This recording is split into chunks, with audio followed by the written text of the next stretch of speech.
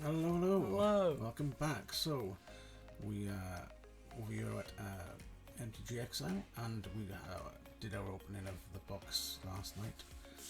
And yeah, the video's up for you to check out, but we're going to do a little summary of the cards that we managed to get from the deck. Hopefully the sun will be a little bit better today. It was just a touch quiet yesterday. And yeah, we're keeping an eye on things, so we want to get this working the best we can. Okay, so we had, I think it was 50 decentish cards yesterday, so let's get stuck in and see what we had. Okay. Right, we're kicking stuff off with land. We got our basic land. This is a foil basic land. You said you like this card? Yeah, this is my favourite card. This is, I think. Yeah, Might wanna definitely. zoom out a tad so you can see the full effect. Yeah, that's, that is zoomed out, I think. Okay. Oh, let me try something. Yeah, there we go. There we are. If we had 90, that'd be way too much. Hmm. So yeah, we had that. Next we had I like that as a foil. Temple of Triumph. It's not a foil, but it's a Scryland from I think it's the old Theros or Journey to Nyx, something like that. One of the old sets. We got Temple of Triumph, Temple of Mystery, Temple of Malady, and Temple of Epiphany. So plenty of temples there. Yeah. Yeah. Okay. So there's our lands. We got all of those lands. Oh, we got more lands. Have we got any more lands? I think you put them in order. Okay. You sifted through these and put Yeah. them in order. I put them in set order. Yeah. So not 1 to 280. These are our artifact creatures now. We got Steel Overseer. I really like this card because it synergizes well with Walking Ballista, and Walking Ballista, it reads if you have a +1 well, you can remove a +1/+1 counter, and it deals 1 damage to any target. So that's pretty good. Yeah, so our next one, Pattern Matcher. We got it in foil. It's really good in standard, and sometimes in commander. When Pattern Matcher enters the battlefield, you may search your library for a card with the same name as another a creature you control. Reveal it and put it into your hand. Shuffle your library. That's a foil. Yeah. We got Mystic Forge. It's a 4-mana artifact. You may look at the top card of your library at any time. You may cast the top card of your library if it's an artifact card or a colorless non-land card. You may tap it, pay 1 life, exile the top card of your library. Icon of Ancestry. Icon of Ancestry enters the battlefield. Choose a creature type. It's a 3-mana artifact. Creatures you control of the chosen type get +1/+1. Pay 3 and tap it. Look at the top 3 cards of your library. You may reveal a creature card of the chosen type from among them and put it into your hand. Put the rest at the bottom of your library in any order. So when you went through these earlier today, what did you say about the artifacts? The artifacts we put, they're quite good. I think we might have had almost all of them. I may be wrong, but I think we got all of them. We got Grafdigger's Cage, and we have it in foil. Creatures in graveyards and libraries can't enter the battlefield. Players can't cast spells from their graveyard or libraries. It's a 1-mana artifact. I think that's pretty good, and especially in foil. Let's shine on that. I don't know if I take it out. Yeah, they look better when they're There we go. out of the sleeves. I think our land's coming back out. Yeah, it's got to come back out. Where is it? So whilst he's doing that, is Golos, Tyler's Pilgrim. We'll come back to that later. It's 3/5 for 5.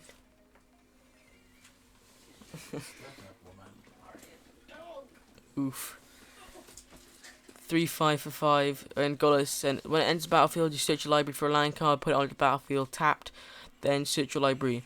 You may pay 2 and Warburg, which is white, blue, black, red, green. And exile the top 3 cards of your library. You may play them this turn without playing their mana costs.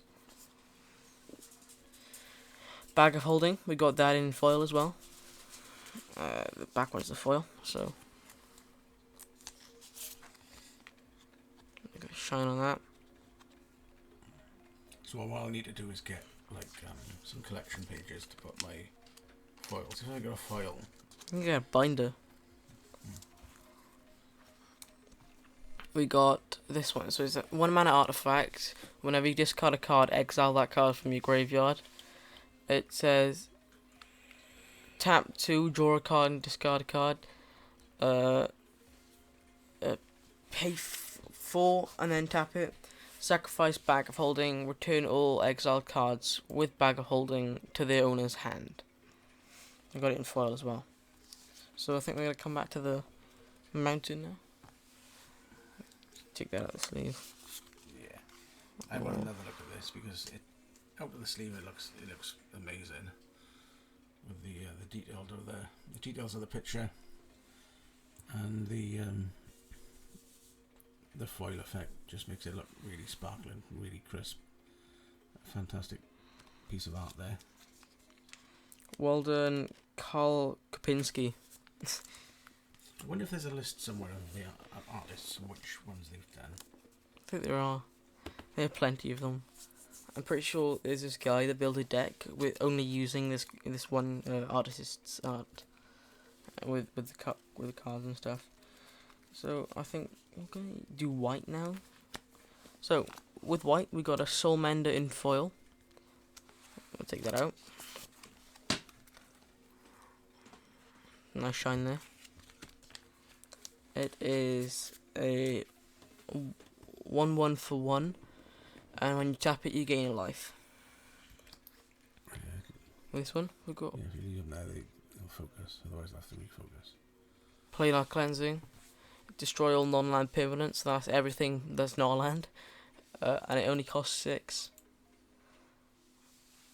Yeah, it's a sorcery. Enchantment for 2. If Leyline of Sanctity, a bit too close, is in your opening hand, you may begin the game with it on the battlefield. You have hexproof, so you can't be countered, and it stays for the entire game unless it's removed. Right, so Hanged Executioner is a 1/1 for 3 with flying. When it enters a battlefield, create a 1/1 spirit creature token with flying. You may pay 4, exile it, and you get to exile another target creature. Brought Back. It's an instant for 2. Choose up to 2 target permanent cards in your graveyard that were put there from the battlefield this turn. Return them to the battlefield tapped. And that's pretty good because it means that you can cast it anytime. You can cast it anytime. So. They tapped.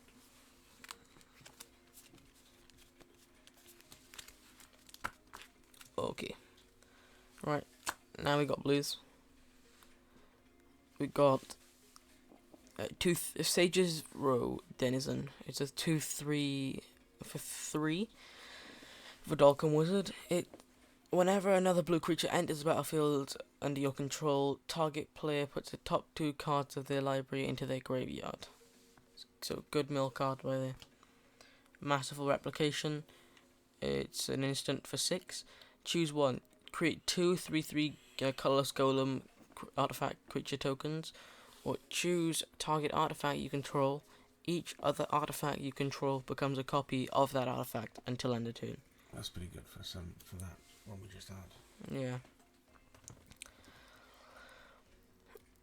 Hardcover in foil. I forgot to say this. It does look a little bit grey, doesn't it, because of the. This is in foil. Because of the sleeves. Yeah, the sleeves are quite dim. Right, that's better. So I got that in foil. Let me see what I can do with that. Adjust the brightness or something. Hardcover. got that in foil. Ooh, here's my favourite blue one. Full of Tears. It's a sorcery for 6. Return all non-land permanents to their owner's hands. If you return 4 or more non-token permanents you control this way, you may put a permanent card from your hand onto the battlefield. So it gives you the extra edge on your opponents. That would be really good in a blue-green, wouldn't it? Yeah. Drawn from Dreams. Look at the top 7 cards of your library. Put 2 of them into your hand and the rest at the bottom of your library in any order. It's a sorcery for 4. Next one, we got 2 of these. Agent of Treachery. When Agent of Treachery enters the battlefield, gain control of target permanent. At the beginning of your end step, if you control 3 or more permanents you don't own, draw 3 cards. We don't have any of those. Is that worth it for 7? For 7, no. Wait, it says gain control of target permanent, so yes. And you get the card draw if you have lots of permanents that you don't control. Okay, we're moving on to black now. I believe we have a couple of good cards in black. 8/8 for 8. We have Villis, Broker of Blood. It's a demon, legendary creature demon. It's flying. It has ability. So the static ability: whenever you lose life, draw that many cards. And then its dynamic ability: activate ability. Sorry, pay 1 black, and you pay 2 life. Target creature gets -1/-1 until end of turn. So it's a good kind. If you want it, if your opponent has a 1/1 that you don't like, you can get rid of it anytime. And yeah, you also get the 2 cards from the ability because you lost 2 life. That's a very, very strong card with 8/8. Yeah. Undead Servant. When Undead Servant enters the battlefield, create a 2/2 black zombie creature token for every card named Undead Servant in your graveyard. Not that good in Commander, but I'm sure it'd be a good standard card. Yeah, we got it in foil. Yeah, pretty good. Next one we have Scheming Symmetry. It's a 1 mana sorcery. Choose 2 target players. Each of them searches their library for a land card, then shuffles the library and puts that card on top. So that could be any card. Rotten. So does this give both people advantage though? Yeah, but you get to choose whatever you want. Rotten Regisort. 7/6 for 2. For 3. At the beginning of your end step, discard a card. You could utilize it though. Strong. You could utilize the discard card. How would you do that? And they're like cards that say bring back things that are discarded. If you have to run that in the graveyard recursion, it doesn't matter what goes in the graveyard. Right, try to get back in frame. Right, Legion's End. It's a sorcery for 2. Exile target creature an opponent controls with converted mana cost 2 or less, and all other creatures that player controls with the same name as that creature. Then that player reveals their hand and exiles all cards with that name from their hand and graveyard. It'll be good against a persistent petitioner's deck. Knight of the Ebon Legion. 1/2 for 1. And it has an activated ability. You pay 3. Knight of the Ebon Legion gets +3/+3 and gains Death Touch until end of turn. At the beginning of your end step, if a player lost 4 or more life this turn, put a +1/+1 counter on Knight of the Ebon Legion. So that would keep building up. That would be good with Villis. You could pay 2 life, draw, pay 2 life, pay 2 life again. You've lost 4 life, so a 1/1 counter would go on that, and then you draw 4 cards, and you kill a 2/2 or 2 1/1s. Synergize pretty well. Embodiment of Agonies. 0/0 for 3, flying and death touch. when Embodiment of Agonies enters the battlefield, when it does enter the battlefield with a +1/+1 counter on it for each different mana cost among non-land cards in your graveyard. So, if you had black and 2 any color, 2 black and 1 of any color, 1 black, 1 generic, things like that. We have. So that would be a really powerful card. Yeah. But you need a variety then. Disfigure and foil. We got quite a few disfigures, isn't we? Yeah, it's quite a good card. Boneclad Necromancer. It's a 3/3 for 5. When it enters the battlefield, you may exile target creature card from a graveyard. If you do, create a 2/2 black zombie creature token. Okay, and that's all our blacks. So now we move on to red.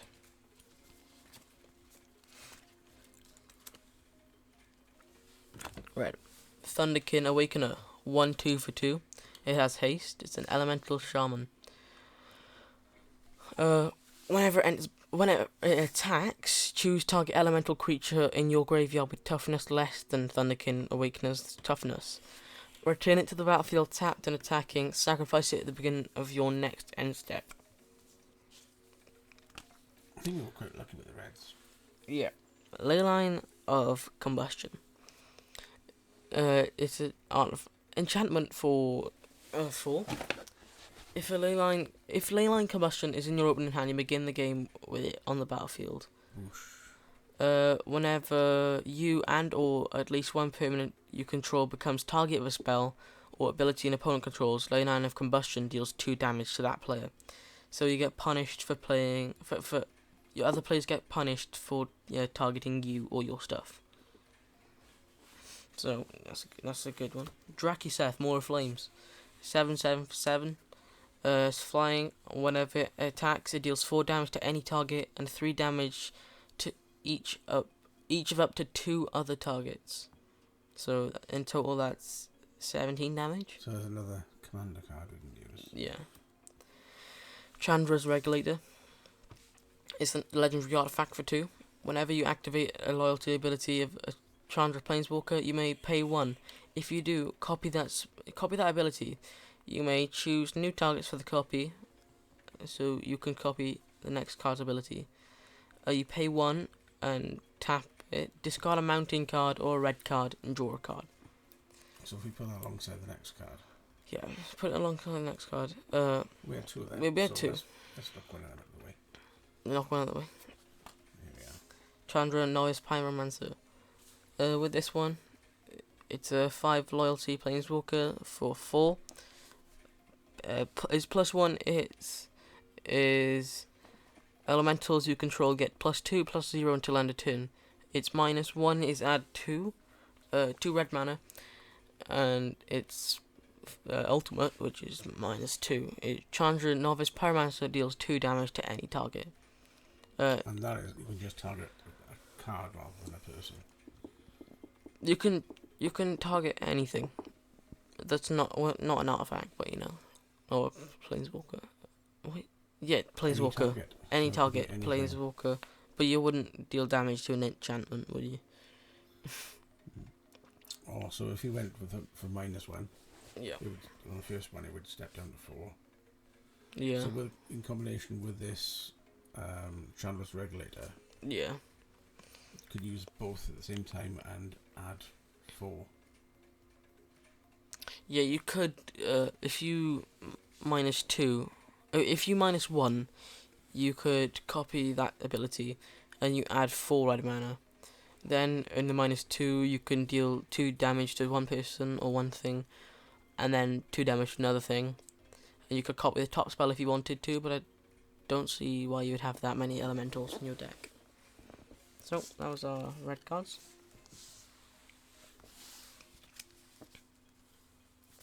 Learning slowly. Maybe too quickly.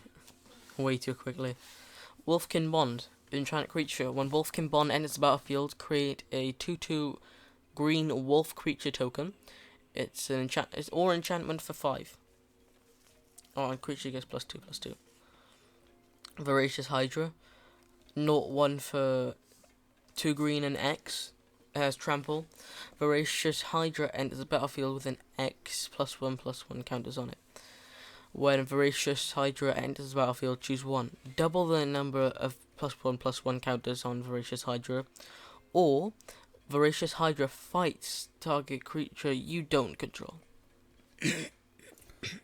Wow. So, say for example, I play this. Yeah. And I had 9 land. Yeah. Paid 2 for the I'll pay green. this down. It's 2 plus 2 for the green and 7x. 7x. So, going by this it would take it from 0/1 to 7/8. 7/8. And I can choose if I wanted to Double double it. it up. So it would be 14, 15. Yeah. So That's that's a monster card. that is stupid. So with one of your decks, how would you defend against that? Probably. If you obviously if you said something which reflected it back. No, I'd probably fog or what's that card called? Cyclonic Rift. So what cards would benefit me like an artifact which would stop you from countering it? A counter spell. If you run that in green blue, that would be stupid. Because if I try to do something, you could easily counter what I did. What, my new green blue deck? You haven't got a green blue deck. I think I better look at green blue deck. You might be able to crack one from Theros. Sedge Scorpion foil 1/1 for 1. It's the cutest thing ever. It has Death Touch. Let me just take this out. Bam. How adorable this is. There you go. That's all I needed to do. Right, Night Pack Ambusher. 4/4 for 6. It's a wolf creature. It's flash. Other wolves and werewolves you control gets +1/+1. At the beginning of your end step, if you didn't cast a spell this turn, create a 2/2 green wolf creature token. So that would be good. If I kept that on the battlefield, I could just keep creating 2/2s. Mhm. So just didn't do anything. Sit back and watch. And they would count as the 2/2s would count as But if extra creatures. extra wolves as well. And if I used something like based on the number of creatures I've got on my deck. So say I had 5 of these Yeah. and 4 other creature cards. Yeah. I was getting a +1/+1 for each. Yeah. But that would only be like standard or something. Anyway, so Leyline of Abundance. It's an enchantment for 4. If it in your opening hand, you may begin the game with it on the battlefield. Whenever you tap a creature for mana, add an additional green. You may pay 8. Put a +1/+1 counter on each creature you control. I don't think the last ability is worth it, but the static ability is quite good. But if you had a lot of creatures, If you had a lot of creatures, then that'd be better. But I'm thinking like 4 or 5. Yeah, okay. So I think we'll come back to our mythics now. Well, I'll come to our mythics. someone has picked this up very quickly. I picked it up. I only Somebody else doesn't want you to pick it up. no, I don't think so. I want the cards. I don't care about anything else. we do have as well as me and Goal Effect 360 here. We do have interference from behind, also known as My wife. the wife. The wife. So yeah, I am picking it quickly. I've only actually played 3 games really, and you were winning 2-1. I did slaughter you in the first one though. So No, that's grim. yeah. So yeah. You playing with my I brewed that. So here we go. Let's have a look and see the goodies we had. We had 4 goodies. Okay. Let's have a look. Right, so we have got a 4/6 Cavalier of Dawn. 4/6 for 5. Elemental Knight. His vigilance. When it enters the battlefield, destroy up to 1 target non-land permanent. Its controller creates a a 3/3 colorless golem artifact creature token. When it dies, return an artifact or enchantment card from your graveyard to your hand. Right, so you need to explain that a bit more. Okay, right. So So vigilance. it comes in, you destroy something that's not a land. Let's go back. Vigilance. Vigilance. It doesn't tap when it attacks. Doesn't tap. Okay. And then you just destroy something that's not a land on any board, and its controller creates a 3/3 colorless golem artifact creature. When it dies, return target artifact or enchantment card from your graveyard to your hand. It's quite a strong card though, because it's 6. I think defense. 6 toughness. I'm disappointed in you. See, I know. Okay. And our next one, we got a I planeswalker. said toughness before you did. Haha. Right, we got Mu Yangling Skydancer. This is the person on front of the packets. Yes, it is. It is. Different card, different art. It's a 2-mana planeswalker for 3. It's a 2 loyalty planeswalker for 3.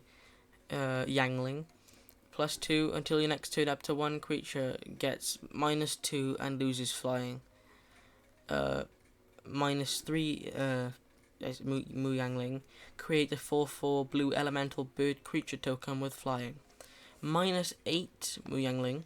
You get an emblem with islands you control have tap, draw a card. So if you're running that in mono blue, that'd be really good. So that's only a 2. It's only a 2. So Yeah. how can we get that up? Is it only by these factors on the card? And there's an ability called Proliferate. So Proliferate. When Proliferate happens, you put another target counter. No profit roll. No, not Proliferate. Okay. When it activates, you put another a target counter on. Add another target counter to something with the counter on. So this has loyalty counters. So if you're on 2 and you proliferated, you could put 3. So you need to build this one up. to Otherwise, 10. it would die. You need to build up to 10. Otherwise, when you minus 8, to use the -8, otherwise it would die.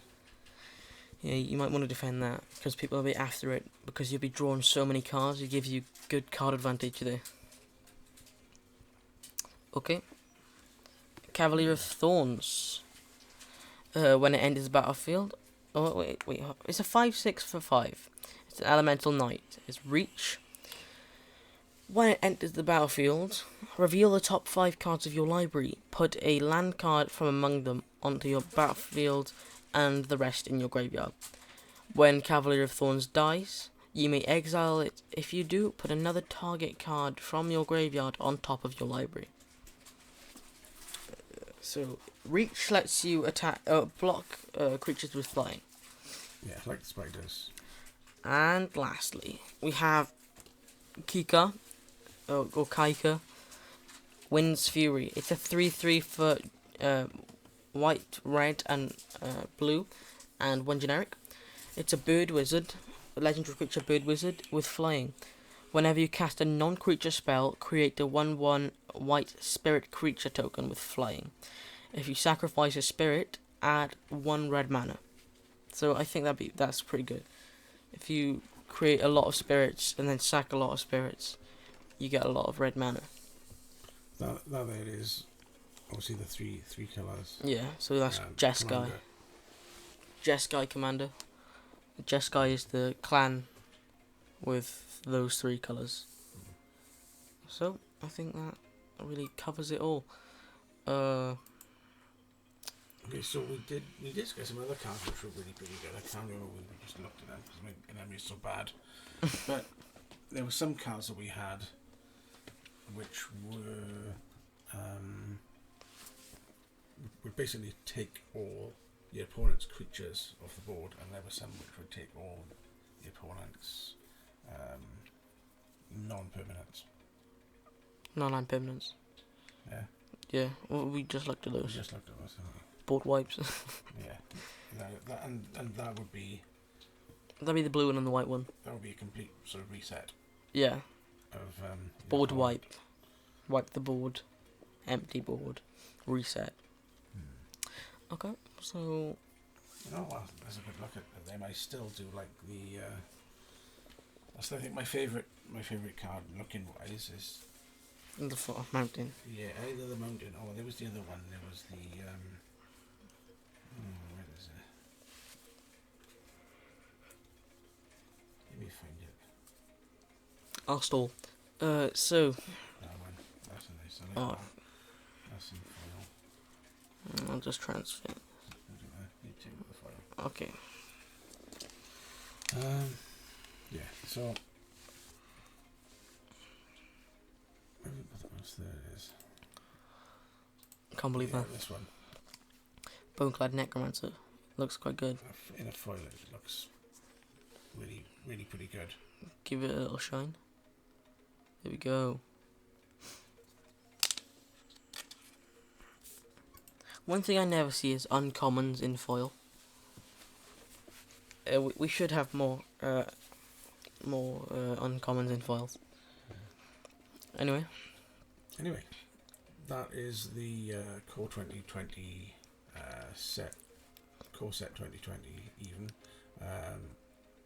done and dusted. I've got a fair few decent cards in there, and yeah, look forward to the next video. Will be the which one is that? Ferrous. Theros Beyond Death. Beyond Death booster box. If you enjoy the series, please give us a like and subscribe, and leave a comment to tell us what you thought of this box. 50 pretty decent cards there, and Let us know what was your favourite. If you have any others that we didn't pull, let us know.